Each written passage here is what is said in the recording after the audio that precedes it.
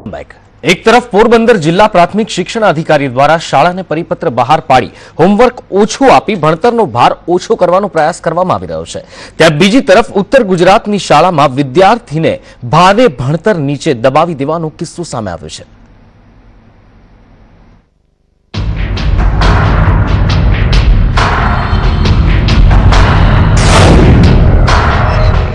હોસ્પિટલના બિછાને કણસે રહેલા આ વિદ્યાર્થીને એ ખબર નથી કે તે ક્યારે પથારીમાંથી ઊભો થઈ ફરી દોડતો થશે, એ ખબર નથી કે તે શાળાએ જતો થશે। બસ શિક્ષકોની ભૂલને એ ભોગવી રહ્યો છે અને પોતાના દર્દને સહન કરવાની તાકાત એકઠી કરી રહ્યો છે। આ વિદ્યાર્થી છે બનાસકાંઠાની વડગામની ચંગવાડા પ્રાથમિક શાળાનો કે જ્યાં શિક્ષિકાએ શાળાના નિયમોને નેવે મૂકી વિદ્યાર્થીઓ પાસેથી ભારે ભરખમ પુસ્તક ભરેલી તિજોરી ખસેડાવી અને બાકી હોય તો તે પડી હિમાંશુ પર। શાળાની બેદરકારી વધુ ત્યારે છતી થઈ જ્યારે આ અંગે પરિવારની જાણ પણ ન કરાઈ।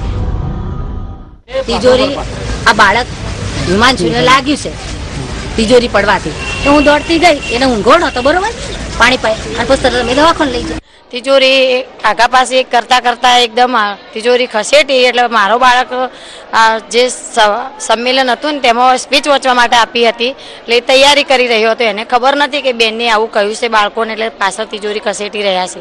એટલે આ તો વાંચતો હતો એટલે પાછળથી જેવી તિજોરી બાળકોના પાછળથી પડી એવી બાળક નીચેની પુસ્તકોની ભરેલી તિજોરી ઉપર એટલે આ નીચે દટાઈ ગયો। એટલે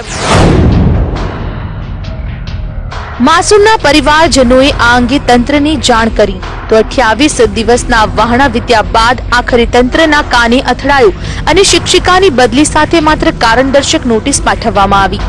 હાલ તો બાળક પોતાના શરીરના 4 ખસેલા અને 2 તૂટેલા મણકાની અમદાવાદ સિવિલમાં સારવાર લઈ રહ્યો છે, ત્યારે તબીબો તેને જલ્દી સાજા કરવાનો વિશ્વાસ પરિવારજનોને આપી રહ્યા છે। ના, સંપૂર્ણ સ્વસ્થ થવાની શક્યતા એને ઘણી બધી છે, બરોબર। 3 મણકા ભાગ્યા છતાં પણ એના પગમાં કોઈ લકો કે વાગ્યું નથી, થયું નથી એને, તો એના જોતા એ પ્રમાણે એનો ઘણું એને શક્યતા ભવિષ્યમાં ઘણું સારું છે એનું એવું લાગી રહ્યું છે। પણ તે છતાં પણ વધારે માહિતી તમને આપણે રિપોર્ટ બીજા ફોટા અને MRI ને બધું કરાવીને પછી જ આગળ મળી શકે અમારે।